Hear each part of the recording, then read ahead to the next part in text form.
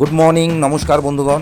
আজকে আমাদের বাগনান উপলব্ধি একটি নাট্য ও সমাজ ভাবনা সংস্থার যিনি স্রষ্টা মাননীয় পঞ্চানন দাস মহাশয়, ওনার ছোট মেয়ে ঋত্বিকার শুভ জন্মদিনে আমরা বাগনান উপলব্ধির সকল সদস্যরা মহড়ার স্থলে উপস্থিত হয়েছি। ঋত্বিকা আমাদের মা মাটি মানুষ যাত্রাপালার ক্ষুদে শিল্পী।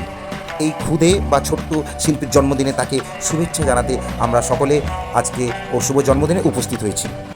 আজ তোমার শুভ জন্মদিন,